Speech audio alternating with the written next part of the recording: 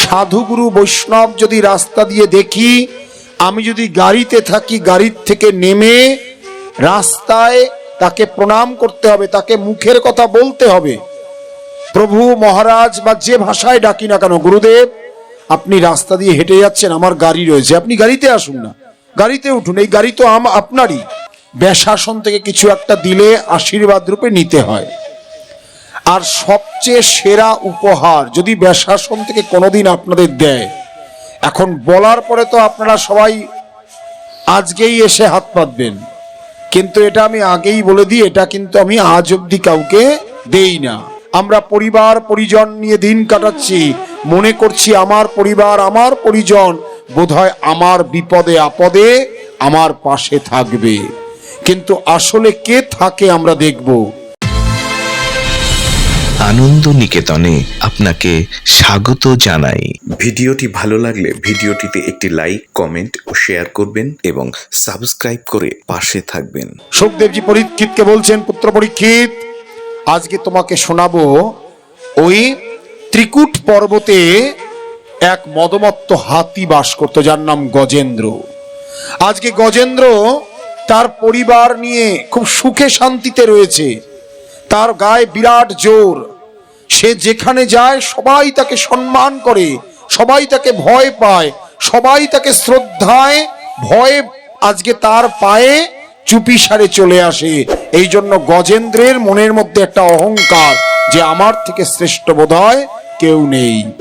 আজকে সেই গজেন্দ্র তার পরিবার পরিজন নিয়ে খুব সুখে শান্তিতে দিন কাটাচ্ছিল। এই গজেন্দ্র কিন্তু শুধু ওই গজেন্দ্র নয়, আমরা প্রত্যেকেই সেই গজেন্দ্র। সুখে শান্তিতে আমরা পরিবার পরিজন নিয়ে দিন কাটাচ্ছি, মনে করছি আমার পরিবার আমার পরিজন বোধহয় আমার বিপদে আপদে আমার পাশে থাকবে, কিন্তু আসলে কে থাকে আমরা দেখব। গজেন্দ্র একদিন সবাইকে নিয়ে আজকে অনেকটা আজকের দিনের পিকনিকের মতন আজকে সে বন ভোজনে গেল। এক ঝর্ণার তলায় একটা বিরাট বড় সরোবর, দিঘি, সেই দিঘিতে পরিবার নিয়ে সে স্নান করতে নামলো। একেই ছিল গরমকাল, তার মধ্যে শীতল জল, আজকে খুব আনন্দের সঙ্গে স্নান করছে। স্নান করতে করতে গজেন্দ্র কখন অনেকটা গভীরে চলে গেছে। আজকে পরিবার পরিজন নিয়ে কখন সে আনন্দে এতটাই মত্ত, সে অলক্ষিত বিপদকে বুঝে উঠতে পারেনি। আজকে সেই অলক্ষিত বিপদই হচ্ছে গ্রাহ, এই গ্রাহ হচ্ছে কুমির, আর এই কুমিরই হচ্ছে কাল। কাল ওত পেতে আছে। আজকে গজেন্দ্রের মুহূর্তের অসতর্কতায় আজকে তার একটা পা ধরে টেনে আরো ভেতরে নেওয়ার চেষ্টা করছে। আজকে গজেন্দ্র তার পরিবার পরিজন স্ত্রী পুত্রদের দিকে বারবার বলছে আমাকে বাঁচাও। তারা অনেক চেষ্টা করেও দেখলো গজেন্দ্রকে কিছুতেই আজকে পারে ওঠানো যাচ্ছে না, আজকে আরো জলে ঢুকে যাচ্ছে। এই জন্য তারা যখন দেখলো যে আমরা যদি তার সঙ্গে আরো জলে যাই তাহলে আমাদেরও বিপদ হতে পারে, আর দরকার নেই। সন্ধ্যা নেমে যাচ্ছে, গজেন্দ্রকে একাই রেখে তার স্ত্রী পুত্র পরিজন সবাই একে একে বাড়িতে ফিরে গেল। একদিন এরকমই হবে, আমাদেরকে ওই শ্মশানে ফেলে রেখে তারা নিজের নিজের মতন করে বাড়িতে চলে আসবে, আর কিন্তু আমার চর্চা হবে না। আজকে গজেন্দ্র বুঝতে পারলো এত ভালোবাসা দিয়ে পরিবার আপনজন করে কাদেরকে আমি পালন পোষণ করলাম, কোন অহংকার আমি করেছিলাম, আজকে তারা সবাই চলে গেল। নিজের শক্তিতে আজ গজেন্দ্র পেরে উঠছে না, যেন মৃত্যু তার সন্নিকটে। আজকে গজেন্দ্রর মনে পড়ে গেল পূর্ব জন্মের স্মৃতি। কি সেই স্মৃতি? পূর্ব জন্মে এই গজেন্দ্র ছিল একজন যোগী মুনি। আজকে ভগবানের নাম পূর্বজন্মে সে করেছিল।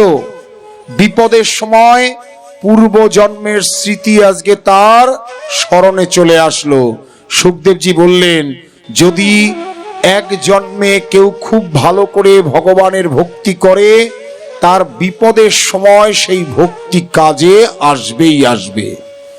আজকে গজেন্দ্র সেই পূর্ব স্মৃতি মনে পড়ে গেল। এই জন্য নাম জপের অভ্যাস ছাড়তে নেই, নাম জপটা নিয়মিত করতে হয়। কোনো না কোনো বিপদে, ভয়ঙ্কর সমস্যায় আপনার পাশে কেউ থাকুক আর না থাকুক, ওই নাম কিন্তু আপনার সঙ্গ দেবে। আজকে কি হলো, সেই নাম সে করছে, ভগবানের সেই নাম মনে পড়ে গেল। নমো নমস্তে অখিল কারণায় নিষ্কারণ অদ্ভুত কারণায় সর্বাগমায়া মহার্ণবায় নমঃ পরগায় পরণায় গুণার ছিন্ন চিদুষ্পায় তৎক্ষোভ বিস্ফুতিজ্জিত মানসায় নৈষ্কর্ম ভাবেন বিবর্জিত গমা স্বয়ং প্রকাশায় নমস্করতি। আমি সেই আমার ভগবানকে প্রণাম করি। আজ আমার সবাই চলে গেল, আজ আত্মীয় স্বজন পরিবার বর্গ কেউ আমার সাথে নেই। হে গোবিন্দ, তুমি আমার এই পদ্ম ফুল গ্রহণ করো। তোমাকে কোনোদিন প্রাণ ভরে আমি ডাকিনি, আজ এই সরোবরের এই পদ্ম দিয়ে তোমার পাদ পদ্মে আমি নিবেদন করলাম। এই পদ্ম তুমি গ্রহণ করে আমাকে তুমি রক্ষা করো প্রভু। আমি কথা দিলাম যদি বেঁচে যাই, আমি তোমার ভক্তির পথ থেকে আর কোনোদিন সরে আসব না। আমার চোখ তুমি খুলে দিয়েছো, এই বিপদ না আসলে বুঝতে পারতাম না আমার স্ত্রী পুত্র আত্মীয় স্বজন কেউ আপন নয়, আপন তুমি শ্রীহরি। উলুধ্বনি, শঙ্করধ্বনি, জয়ধ্বনি। আজকে দু হাত তুলে, আমাদের হাত আছে, হাতির হাত নেই, হাতির সুর আছে, সুর দিয়ে পদ্ম ফুল আজকে হরির কাছে নিবেদন করে বলছে, প্রভু তুমি বাঁচাও। আর কথা দিলাম আমি আর এই বিপদ থেকে মুক্ত হলে আর তোমাকে ভুলবো না। আজকে সকলকে চিনলাম। আজকে অনাদির আদি গোবিন্দ তার আহ্বানে সাড়া দিয়ে আজকে ভগবান স্বয়ং আজকে আসলেন। আজকে গজেন্দ্রকে শক্তি দিলেন, আর সেই শক্তিতে গজেন্দ্র আজকে ওই কুমিরকে শুদ্ধ টেনে ডাঙায় উঠে আসলো। ভগবান সুদর্শন চক্র দিয়ে ওই কাল রূপী কুমিরকে কর্তন করলেন। গজেন্দ্র এ যাত্রায় ভগবানের আশীর্বাদে রক্ষা পেল। উলুধ্বনি, শঙ্করধ্বনি, জয়ধ্বনি। হরি বল, হরি বল, হরি বল। বলিয়ে ভক্তবৎসল ভগবান কি। এইটা ছিল তামস মনুর রাজত্বের ঘটনা গজেন্দ্র। এরপরে আসছে চাক্ষুষ মন্বন্তর। চাক্ষুষ মন্বন্তরে আজকে অজিত হচ্ছে বৈকুণ্ঠের ভগবান। সেই মন্বন্তরে ইন্দ্র ছিল মন্ত্রদুম্ম। আজকে দুর্বাসা মুনি বৈকুণ্ঠে ভাগবত শুনেছে। ওই বৈকুণ্ঠ থেকে ভাগবত শুনে এসে আজকে স্বর্গের ওপর থেকে যখন অমরাবতীর কাছ দিয়ে যাচ্ছে, তখন দেবরাজ ইন্দ্রের সঙ্গে দেখা। দেবরাজ ইন্দ্র হাতির ওপরে বসে আছে। আজকে সেই দেবরাজ ইন্দ্র আজকে যখন দুর্বাসা মুনি যাচ্ছে, আজকে সেই দুর্বাসা মুনি ওই বৈকুণ্ঠে ভাগবত শোনার পরে আপনারা যেমন আসেন পাঠ শেষ হলে এই আসরের কাছে, এরকম ভক্তদের কিন্তু যেতে হয়। এই পাঠের পরে ভাগবতকে প্রণাম করতে হয়, ব্যাসাসন থেকে কিছু একটা দিলে আশীর্বাদ রূপে নিতে হয়। আর সবচেয়ে সেরা উপহার যদি ব্যাসাসন থেকে কোনোদিন আপনাদের দেয়, এখন বলার পরে তো আপনারা সবাই আজকেই এসে হাত পাতবেন, কিন্তু এটা আমি আগেই বলে দিই, এটা কিন্তু আমি আজ অবধি কাউকে দেই না। এই গলার মালা, এই যে গলার মালা, যে মালা পরে ভাগবত পাঠক বৈষ্ণব ভাগবত কথা বলেছে, এই মালা দিয়ে অনেক কিছু করা যায়। এই মালা হচ্ছে একটা বিরাট শক্তিশালী, কিন্তু এটার দ্বারা আমি কিন্তু কিছু করতে পারবো না। এটা যদি আমি কাউকে দেই, সেই ভক্ত এই মালাকে কেন্দ্র করে অনেক কিছু তার ইচ্ছা পূরণ হতে পারে। এটা আমার কথা নয়, এটা ভাগবতের কথা। এই জন্য পাঠকরা যারা এই তত্ত্ব জানে, তারা সহজে এই মালা দেয় না, বা এই মালা দিলে পরে এটা উল্টে তারও ক্ষতি করতে পারে। তার কণ্ঠের বিদ্যা যদি এরকম কোনো তন্ত্র বা তান্ত্রিক থাকে, তার কণ্ঠকে হরণ করতে পারে, এর মধ্যে বিরাট শক্তি থাকে। যাই হোক, দুর্বাসা মুনি সেই প্রসাদী মালা হাতে করে নিয়ে এসেছিলেন। ইন্দ্রের আগামী দিনে বিপদ আসছে এটা উপলব্ধি করেছিলেন। ইন্দ্রকে বললেন, ইন্দ্র তুমি কোথায় যাচ্ছ? ইন্দ্র রাস্তা দিয়ে দেখছে দুর্বাসা মুনি আসছে।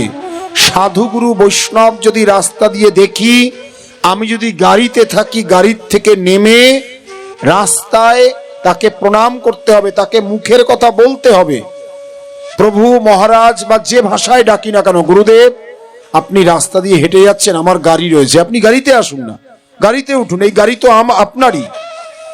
এগুলো হচ্ছে ভাষা, এগুলো হচ্ছে কথা, শিখতে হবে। এই কথা যে জানে সে জীবনে গোবিন্দকে পাবে। এই কথা যে জানবে না, সে হাজার পাঠ শুনলেও তার কোনো কাজ হবে না। এই কথা জানতেন, এই জ্ঞান ছিল পিতামহ ভীষ্মের। যখন দ্রোণাচার্য এসছে, বলছে দ্রোণাচার্যকে, আপনি আমার ছেলেদের গুরুদেব, এই যে বিরাট সাম্রাজ্য, এই যে বিরাট বাড়ি ঘর দেখছেন, এ তো সব আপনার, এ তো সব আপনার, আপনার যখন মন চায়, যা মন চায় আপনি করবেন। এটা বললেই কি দ্রোণাচার্যের হয়ে গেল? দলিল লিখে দিয়েছে। মুখের কথায় জগৎ জয় করা যায়। এই মুখের কথা যে জানে সেই ভগবানকে পায়। সাধুগুরু বৈষ্ণব বাড়িতে এসছে, সঙ্গে সঙ্গে হাত জোর করে বলুন, প্রভু আপনার কৃপা, এই বাড়ি তো আপনার, আপনার বাড়ি, আপনি কোথায় থাকবেন, কিভাবে থাকবেন, আপনি আদেশ করুন। এই কথা বললে আপনার বাড়ি তার হয়ে গেল না, কিন্তু সে যে ভেতরে ভেতরে আনন্দ পাবে, প্রসন্ন হবে, তার যে ওই শুভ আশীর্বাদ, শুভ নিঃশ্বাস, শুভ আশীর্বাদটা আপনার উপরে যাবে, ওতেই আপনার অর্ধেক কাজ হয়ে যাবে।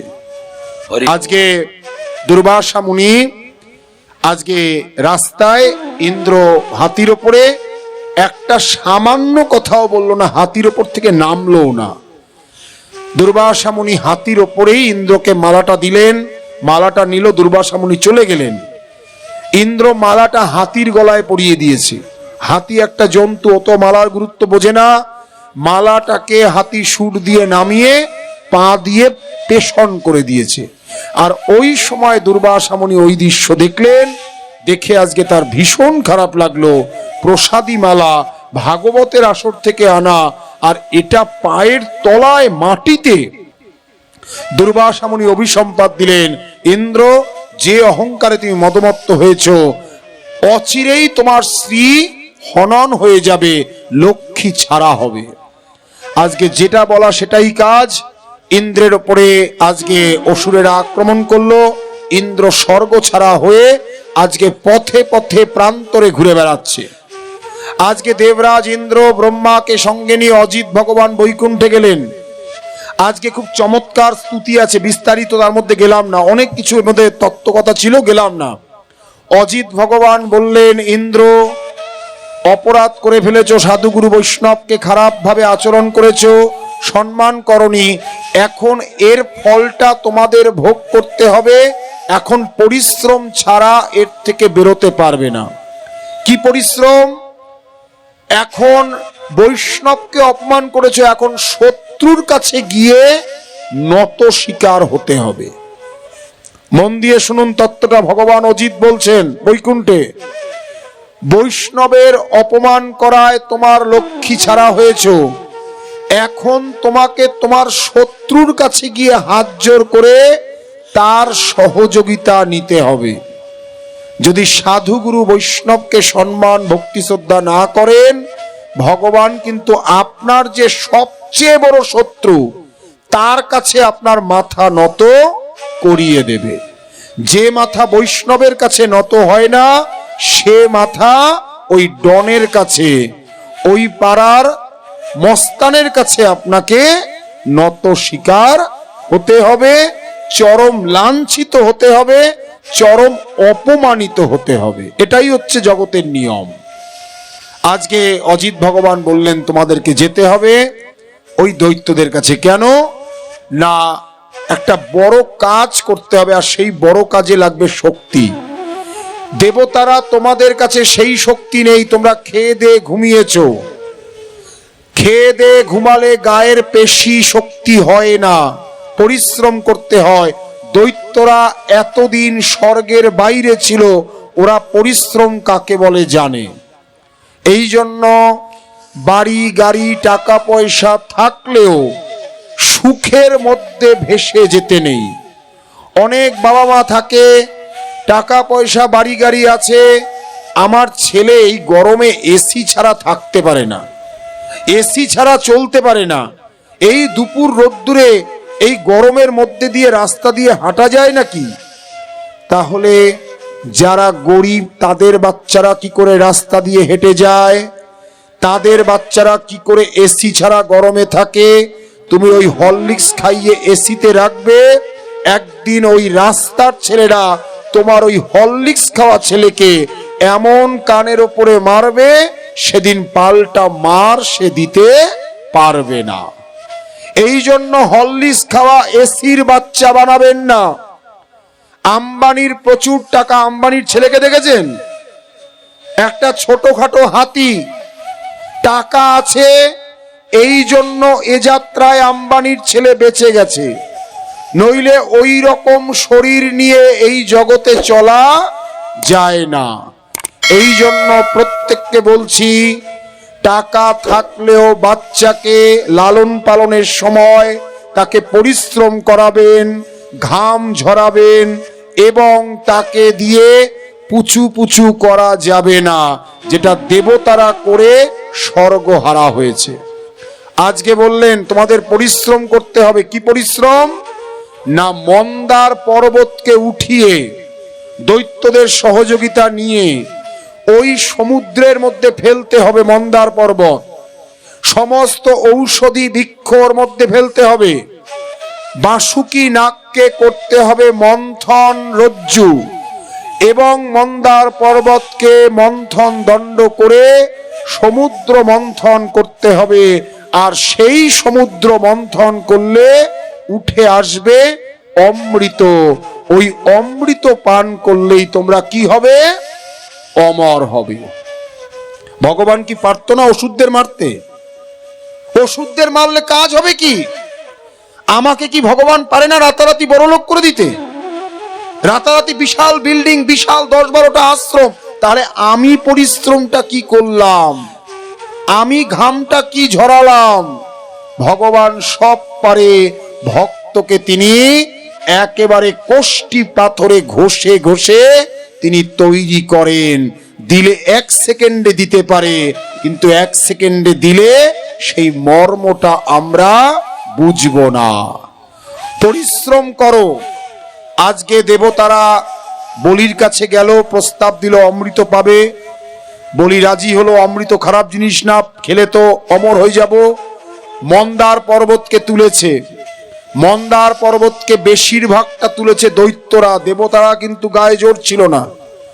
এখানে আরো একটা খুব চমৎকার কথা, এই ভাগবতের এই প্রসঙ্গটা খুব চমৎকার।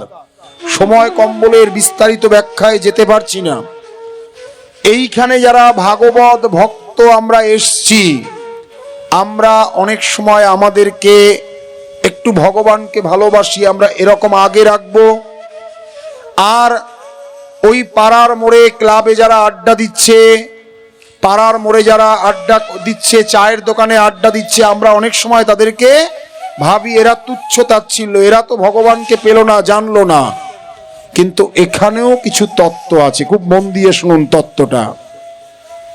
দুর্গা পূজার সঙ্গে এই তত্ত্বটা খুব সুন্দরভাবে মিলে যায়। মা দুর্গা যখন মহিষাসুরকে বধ করবে, আজকে সমস্ত অস্ত্রের পাশাপাশি তার হাতে সুরার পাত্র দিয়ে দেওয়া হয়েছিল। কারণ মহিষাসুরকে মারতে গেলে ওই মহিষাসুরের মতন হতে হবে।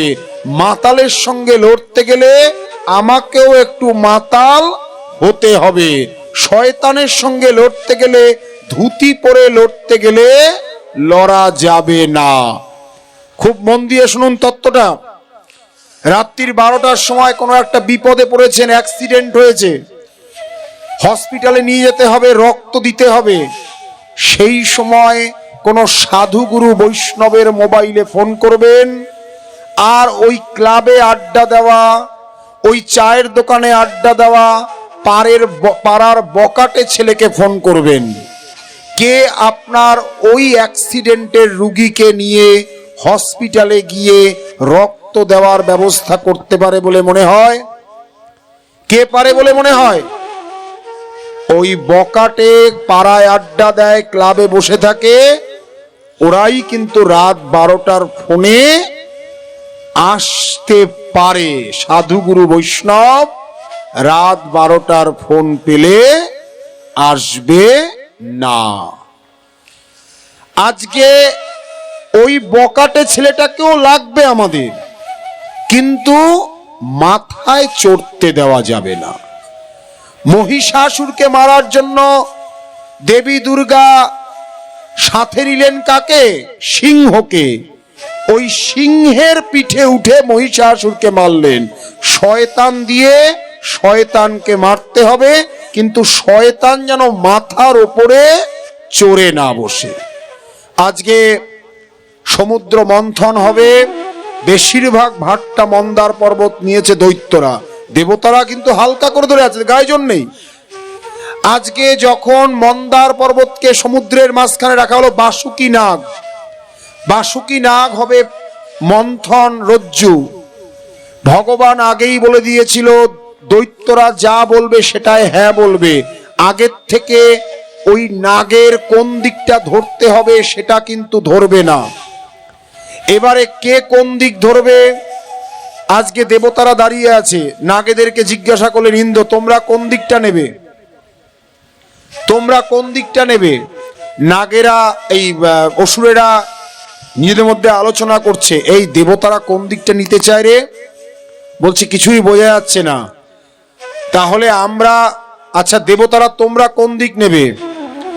বলছে আমরা তো দেবতা, আমরা মুখের দিকটাই নিই।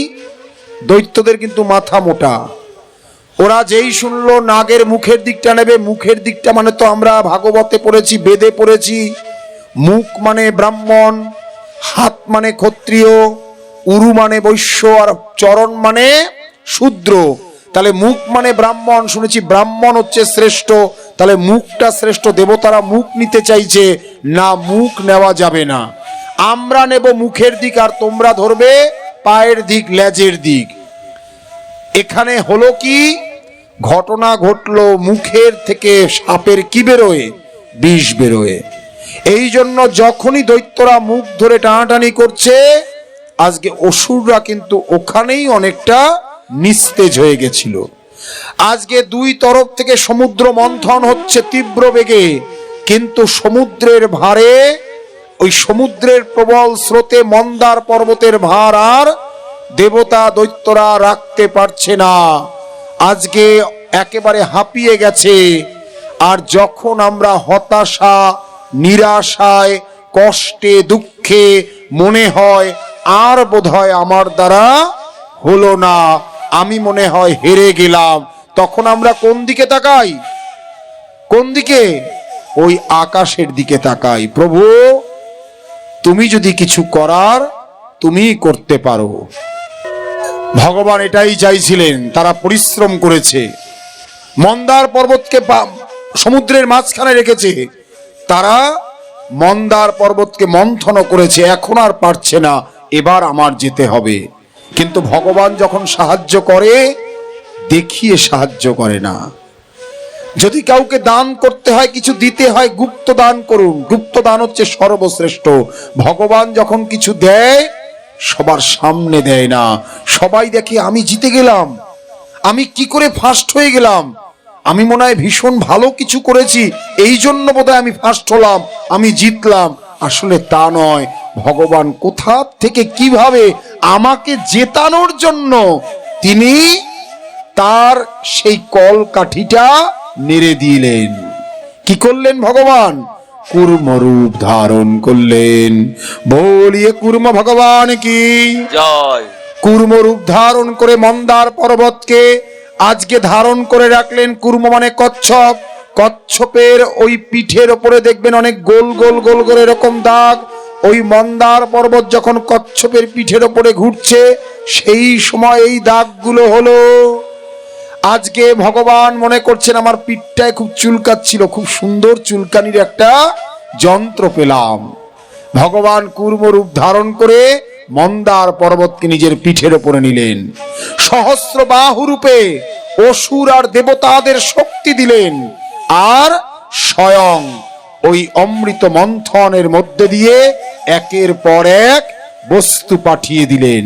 কি উঠলো সমুদ্র মন্থন থেকে? একের পর এক যে বস্তুগুলো উঠলো একটু দেখে নি, কি কি বস্তু আজকে সমুদ্র মন্থন থেকে উঠে আসলো। আজকে প্রথম উঠলো কামধেনু গাভী। আজকে কামধেনু গাভী উঠলো, উচ্চশ্রবা ঘোড়া উঠলো, উঠলো ঐরাবত হাতি, আসলো কৌস্তব মণি, আসলো কল্পবৃক্ষ, অপ্সরাদের সৃষ্টি হলো, আসলেন লক্ষ্মী দেবী। আচ্ছা, নারায়ণ আর লক্ষ্মী কোথায়? লক্ষ্মী আর নারায়ণ দুটো ছিল, বাচ্চা ছিল, আছে? কোথায় গেল? চলে গেছে? আচ্ছা, এতক্ষণ ছিল। আচ্ছা, লক্ষ্মী এবং নারায়ণ। লক্ষ্মী উঠলেন আজকে সমুদ্রের বক্ষ থেকে, লক্ষ্মী উঠলেন। জগন্নাথ লীলায় শুনলাম লক্ষ্মী হচ্ছেন সমুদ্রের কন্যা আর জগন্নাথের শ্বশুর মশাই। লক্ষ্মী দেবী উঠলেন, লক্ষ্মী দেবী বরমালা নিয়ে আসলেন। কার গলায় বরমালা দেবেন? ওখানে অনেকে ছিল। লক্ষ্মী দেবীকে পেতে গেলে কেমন হতে হবে খুব মন দিয়ে শুনুন। লক্ষ্মী দেবীকে যদি কেউ পেতে চায়, যারা খুব বেশি তপস্বী যোগী, লক্ষ্মী দেবী তাদের কাছে যায় না। যোগীদের কাছে গেলে লক্ষ্মীর অনাদর হবে। যোগীরা শ্মশানে মশানে থাকে, এই জন্য লক্ষ্মী দেবী শিবকে মালা পরালেন না। ওখানে ছিল ঐশ্বর্যশালী সম্পদশালী ইন্দ্র, কিন্তু ইন্দ্রের সেই ধরনের সাহস নেই। দৈত্যরা আক্রমণ করলে পালিয়ে যায়, লক্ষ্মী দেবী তাকেও বরণ করলেন না। আর কে আছে? দুর্বাসা মুনির মতন মুনিরা ছিলেন। দুর্বাসা মুনির মধ্যে সাধন ভজন আছে, কিন্তু প্রেম ভাব নেই। লক্ষ্মী দেবীকে পেতে গেলে তার মধ্যে প্রেম ভাব, কমনীয়তা থাকতে হবে। আরো কে আছেন? আরো অনেকেই ছিলেন, কিন্তু লক্ষ্মী দেবীর যোগ্যতা সম্পন্ন কাউকে পেলেন না। আজকে যাকে তার মনে হলো সর্বাঙ্গ সুন্দর, আজকে তার গলায় লক্ষ্মী দেবী বরমাল্য পরিয়ে দিলেন। তিনি আর অন্য কেউ নয়, স্বয়ং নারায়ণ। बोलिए लक्ष्मी नारायण भगवान की जय। लक्ष्मी नारायण भगवान की जय। আজকে লক্ষ্মী নারায়ণের ওই সমুদ্র মন্থন থেকে উঠে আসার পরে বিবাহ হলো। লক্ষ্মী নারায়ণ একসঙ্গে বিরাজমান হলেন। লক্ষ্মী নারায়ণ, লক্ষ্মীর পরে উঠে আসলো বারুণী মদ। এই বারুণী মদ আজকে কারা খেলো? অসুরেরা দেখলো এই মদ খেলে তো ভীষণ টেস্ট, এই মদের সেই সুন্দর নেশা হয়। অসুরেরা বারুণী মদ ঢকঢক ঢকঢক করে খেয়ে যাচ্ছে। মনে রাখবেন, মদ খেলে ভগবত ভক্তির দিকে আর যাওয়া হলো না। বারুণী মদ উঠলো, বারুণী মদ খেলো অসুরেরা। এরপরে উঠলো জগতের সবচেয়ে ভয়ঙ্কর জিনিস, কালকূট বিষ। এই বিষ যদি এক ফোঁটা জগতে পড়ে, সমগ্র জগৎ ধ্বংস হয়ে যাবে। এই বীজ ধারণ করার জন্য আজকে সমস্ত দেবতারা আজকে হাত জোর করে প্রার্থনা করলেন দেবাদিদেব মহাদেবের কাছে। মহাদেব এই বীজ ধারণ করার জন্য স্বীকৃত হলেন, কিন্তু মা পার্বতী দেখলেন এই বীজ যদি একবার মহাদেব পান করে তার দেহের সংশয় হতে পারে। এই জন্য মা ভগবতী দুর্গা দেবী স্বয়ং ভগবান যখন এই কালকূট বিষকে গলায় ধারণ করে গলা জ্বলে যাচ্ছে, পার্বতী দেবী স্বয়ং নিজে সন্তানের মতো আজকে মহাদেবের মুখে তার অমৃত ধারা পয়ধারা আজকে দিলেন। মা ভগবতীর পয়ধারায় আজকে মহাদেবের ওই কালকূট বিষের জ্বালা অনেকটা প্রশমিত হলো। বলিয়ে মহাদেব পার্বতী দেবী কি জয়। প্রেম সে বলিয়ে রাধে রাধে রাধে রাধে। উলুধ্বনি শঙ্করধ্বনি জয়ধ্বনি। সবার শেষে এইবারে উঠে আসলো অমৃত। অমৃত নিয়ে আজকে দেবতা অসুরদের মধ্যে কারাকারি শুরু হয়ে গেছে, কারা এই অমৃত নেবে। ভগবান এখানে একটি লীলা করলেন। কি লীলা? আজকে মোহিনীর রূপ ধারণ করলেন, অপরূপ সুন্দরী মোহিনী। আজকে মোহিনীর দিকে তাকালে চোখ ফেরানো যায় না। আর মোহিনী কি করলেন? মোহিনী দুই পারে আজকে অসুর আর দেবতাদেরকে বসিয়ে বললেন, আমার হাত থেকে যদি অমৃত নিতে হয় তোমরা লাইন দিয়ে বসো। আজকে মোহিনীর রূপে মুগ্ধ হয়ে গেছে অসুরেরা। আর সেই সুযোগে মোহিনী দেবতাদেরকে অমৃত পান করিয়ে গেলেন। একজন অসুরের চোখ এড়ালো না, সে হচ্ছে রাহু। রাহু গিয়ে দেবতাদের লাইনের মধ্যে গিয়ে বসে পড়ল। বসে পড়বে তো পর, অন্যান্য দেবতাদের মধ্যে বসলেও তাকে চেনার উপায় ছিল না। আজকে বসবি তো বস, চন্দ্র আর সূর্যের মাঝখানে গিয়ে রাহু বসেছে। এমনিতেই তারা হ্যালোজিন লাইটের মতন এত উজ্জ্বল, তাহলে সেই হ্যালোজিন লাইটের মধ্যে যদি গিয়ে বসে, পরিষ্কার দৈত্য আর দেবতার ফারাকটা বোঝা যায়। আজকে যখনই অমৃত তার গালে দিয়েছে, আজকে সূর্য এবং চন্দ্র চিৎকার করে বলে উঠলেন, এ তো দৈত্য। সঙ্গে সঙ্গে ভগবান মোহিনী রূপ ছেড়ে সুদর্শন চক্র দিয়ে আজকে ওই রাহুর মস্তক কেটে ফেললেন। ততক্ষণে তার গলা অব্দি অমৃত চলে গেছে, যার জন্য আজও রাহু আর কেতু তারা সূর্য আর চন্দ্রকে গ্রাস করে চন্দ্রগ্রহণ সূর্যগ্রহণের সময়। বলিয়ে ভক্তবৎসল ভগবান কি জয়। প্রেম সে বলিয়ে রাধে রাধে রাধে রাধে। দেবতা অসুরদের মধ্যে ভয়ঙ্কর যুদ্ধ হলো। দেবতারা আগেই অমৃত পান করেছে, এইবারের যুদ্ধে আর অসুরেরা পারল না। অসুরেরা পরাস্ত হলো। দেবরাজ ইন্দ্র দেবতারা পুনরায় স্বর্গরাজত্ব ফিরে পেল। উলুধ্বনি শঙ্করধ্বনি জয়ধ্বনি। প্রেম সে বলে ভক্তবৎসল ভগবান কি জয়। রাধা রানী কি জয়। এবারেরটা খুব স্পিডে বলবো। এইবারে স্বর্গরাজত্ব ফিরে পাওয়ার পরে দেবতারা আবার তাদের সেই যে চিরাচরিত যে লোভ বা যে ধরনের সুখের জীবন আবার তারা যাপন করতে শুরু করলো। এদিকে দৈত্যরাজ বলি, সে বলল, একবার আমরা ভুল করেছি, দ্বিতীয়বার ভুল করব না। আমাদের সেনাবাহিনীর মধ্যে এমন কোন সেনা রাখবো না যারা মেয়ে দেখলে এরকম দুটো চোখ ফাঁক করে দেখে। যারাই মেয়ে দেখলে ওই দিকে তাকিয়ে থাকবে, তাদের দিয়ে যুদ্ধ হবে না। একদম এমন সেনাবাহিনী বানাবো যারা নারীর প্রতি কোনো অবস্থায় চরিত্র দুর্বল হবে না। যার জন্য এক সময় সেনাবাহিনীতে বিয়ে করার নিয়ম ছিল না। বিয়ে করলেই পিছু টান থাকবে, লড়াই করার ময়দানে সে যুদ্ধটা মনোযোগ দিয়ে করতে পারবে না। কিন্তু এখন সেই নিয়ম বদলেছে। আজকে বলি বলল, এমন সেনাবাহিনী বানাবো যারা চরিত্রে ভালো হবে। আজকে সম্পূর্ণ শক্তি দিয়ে সেনাবাহিনী বানালো, বিশ্বরূপ যজ্ঞ করলো, আজকে ব্রাহ্মণ গুরুকে সম্মান করলো। যা যা নিয়ম পালন করলে দেব শক্তি লাভ করা যায় সেই সমস্ত কিছু করলো। আজকে সেই সমস্ত শক্তি নিয়ে আজকে ঝাঁপিয়ে পড়ল দেবতাদের উদ্দেশ্যে। এইবারে দেবতাজ ইন্দ্র বৃহস্পতি গুরুদেবকে ডেকে বলছে, গুরুদেব, যেন বলিকে দেখে মনে হচ্ছে ভয়ঙ্কর শক্তিশালী, আমরা মনে হচ্ছে যুদ্ধে জিততে পারবো না। দেবগুরু বৃহস্পতি বললেন, ঠিকই ধরেছ, এই মুহূর্তে বলির প্রবল প্রতাপ, তোমরা আত্মগোপন করো। আত্মগোপন করলো।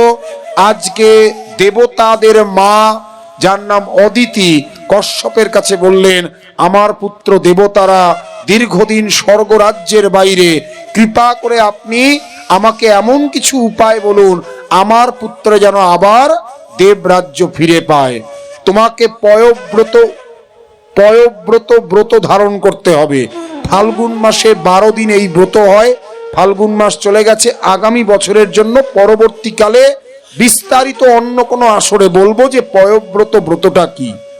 শুধু একটুখানি জেনে রাখুন, 12 দিন শুধুমাত্র দুধ খেয়ে থাকতে হবে।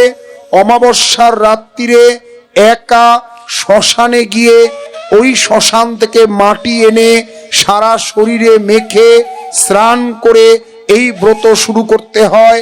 ব্রত শেষের দিন সাধুগুরু বৈষ্ণবকে নিমন্ত্রণ করে খাওয়াতে হবে, ভগবান নারায়ণের পূজা করতে হবে, যজ্ঞ করতে হবে, এই রকম অনেক কিছু নিয়ম। তার দ্বারা যে সন্তান হবে সেই সন্তান স্বয়ং ভগবানের মতো শক্তিশালী সন্তান। আজকে অদিতি দেবী সেই সমস্ত ব্রত করলেন, কশ্যপ মুনির বীর্য দ্বারা তার গর্ভে যে সন্তান আসলো সেই সন্তানই হলেন বামন ভগবান। বলিয়ে ভক্তবৎসল ভগবান কি জয়, ভক্তবৎসল ভগবান কি জয়। বামন ভগবানের জন্ম হলো কবে? ভাদ্র মাস শুক্লপক্ষ দ্বাদশী তিথি, যার জন্য ওই দ্বাদশীকে বলা হয় বামন দ্বাদশী। গতকাল আমি বলেছিলাম একাদশীর সাথে মহা দ্বাদশী পড়লে সেটাও আমাদের করতে হবে। বামন দ্বাদশী এইরকমই একটি মহা দ্বাদশী। বামন ভগবানের জন্ম হয়েছে। বামন ভগবান দেখতে অপরূপ সুন্দর। মা অদিতি বললেন, বামন আমি তোমার কাছে একটা জিনিস চাই। কি চাও মা? আমি তোমার ভাইয়েদের স্বর্গরাজ্য ফেরত চাই, তুমি তোমার ভাইয়েদের স্বর্গরাজ্য ফিরিয়ে দাও। মা, সেটা যুদ্ধের দ্বারা সম্ভব নয়। কেন সম্ভব নয়? কারণ বলি কোনো অন্যায় করছে না।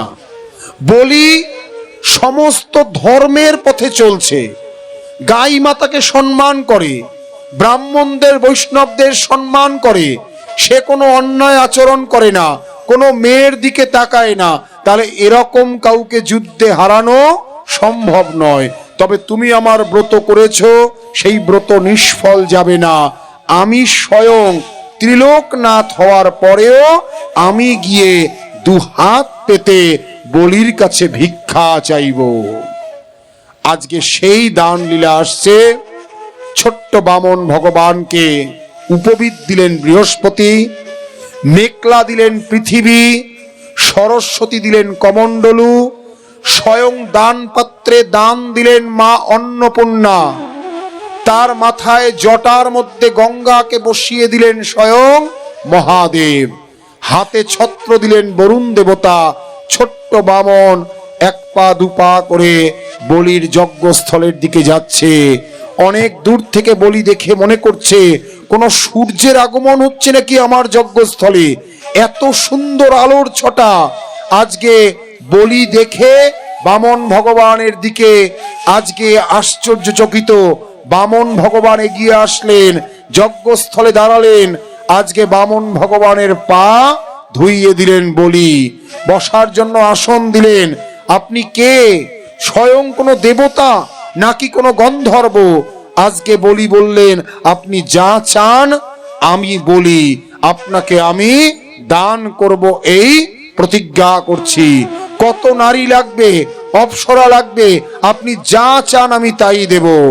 আজকে ছোট্ট বামন বলছে, একজন সত্যিকারের ব্রাহ্মণ বৈষ্ণবের লোভ রাখতে নেই।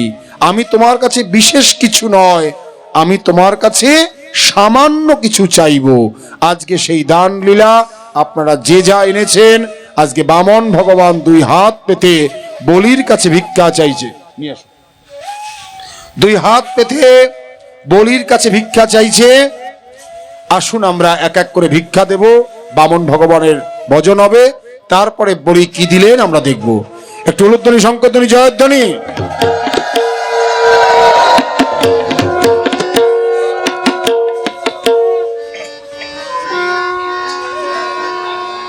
আজকে বামন ভগবানের কাছে একের পর এক ভিক্ষা সামগ্রী আজকে এই ভিক্ষার আসরে, দানের আসরে আজকে তুলে দেবেন। আজকে সেই বামন ভগবান ভিক্ষা চাইলেন। বলি রাজা বলল, ভিক্ষায় কি দেব? আপনি যা চাইবেন তাই দেব। বলি, আমি বেশি কিছু চাই না, আমার ছোট্ট ছোট্ট পায়ের 3 পা ভূমি তুমি আমাকে ভিক্ষা দাও। বলি আজকে হেসে কুটিপুটি, আপনি কি বলছেন প্রভু? 3 পা আপনার পায়ের? এই 3 পা জমি কি আপনি কত বিঘা সম্পত্তি চান আমি দেব? বলছে বেশি লোভ ভালো না, অতি লোভে পতন হয়। আমি ব্রাহ্মণ, আমার বেশি জমির দরকার নেই। আজকে সংকল্প করলেন, শুক্রাচার্য বাধা দিলেন, বলি সংকল্প করো না, হতে পারে ছদ্মবেশী নারায়ণ। আজকে গুরু চিনিয়ে দিলেন। বলি নিজে বলছেন, গুরুদেব আমি আমার দুয়ারে যখন ভিক্ষা চাইতে এসছে আমি তাকে ভিক্ষা দেব, যদি সে নারায়ণও হয় আজকে সর্বস্ব দিতে হলেও আমি দেব। আজকে কমণ্ডলু থেকে জল নিয়ে সংকল্প নেবেন, কমণ্ডলুর মধ্যে মাছি রূপে গুরুদেব ঢুকে গেলেন, কারণ নিজের চোখের সামনে শিষ্যের পতন কোনো গুরু দেখতে পায় না। আজকে নিজে ঢুকে গেলেন কমণ্ডলুর ছিদ্রের মধ্যে, জল যাতে না পড়ে। আজকে বলি ওই ছিদ্রের মধ্যে কাঁটা দিয়ে, খোঁচা দিয়ে জল বার করতে গেল, আর কাঁটা লাগলো শুক্রাচার্যের চোখে। আজও শুক্রাচার্যের এক চোখ অন্ধ।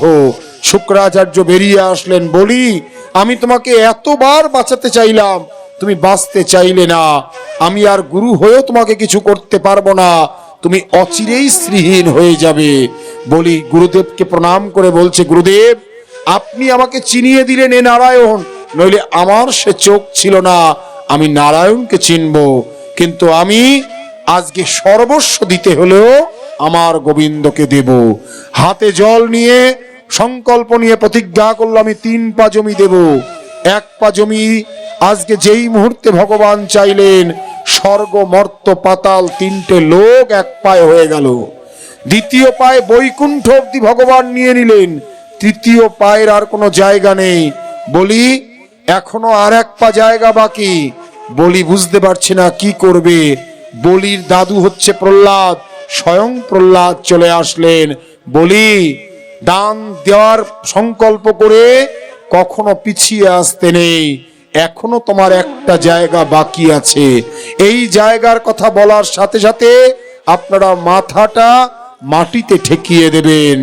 আজকে বলিকে দেখিয়ে দিল, বলি তোমার মাথা ওই বামন ভগবানের কাছে বাড়িয়ে দাও।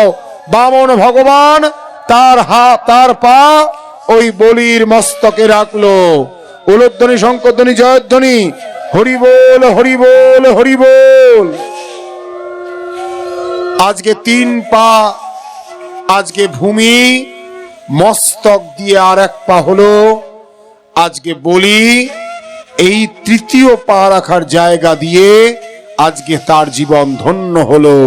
স্বয়ং ভগবান তার মস্তকে চরণ দিলেন। ভগবান আজকে বললেন, বলি তোমার এই দান যুগে যুগে লেখা থাকবে, অতি দানে বলিবদ্ধা।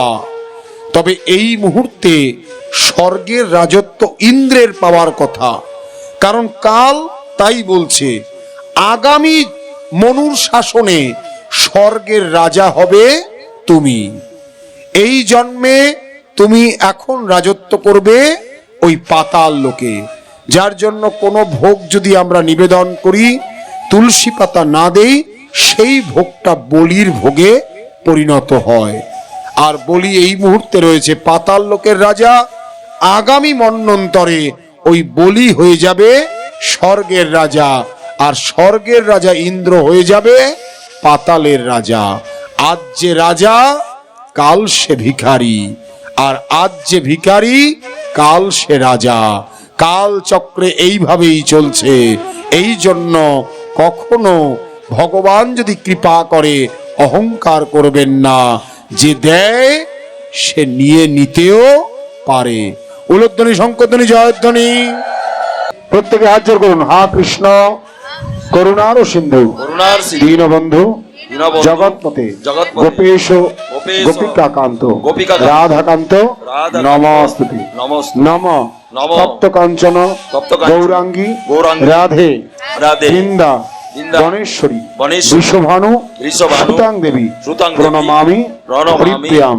নম রাধারানী নমো নম। নম ভক্তবাঞ্ছা কল্পতরু কৃপাভশ্চ এবচ পতিতানাং পাবনেভ্যো সর্বসাধু গুরু বৈষ্ণব ব্রাহ্মণের চরণে নমো নমঃ। আজকের ভাগবত পাঠে নৃসিংহ ভগবানে নমঃ। নম কূর্ম দেবতায় কূর্ম ভগবানে নম নম ধন্বন্তরী ভগবানে নম নম মোহিনী ভগবানে নম নম বামন भगवाने नमो नमः। प्रेम से बोलिए भक्तवत्सल भगवान की जय राधा रानी की जय भागवत अमृतों की जय राधे राधे। राधे राधे। আপনাদের কাছে একটি ছোট্ট অনুরোধ, এই ধরনের আরও ভিডিও দেখতে চ্যানেলটিকে এখনই সাবস্ক্রাইব করুন।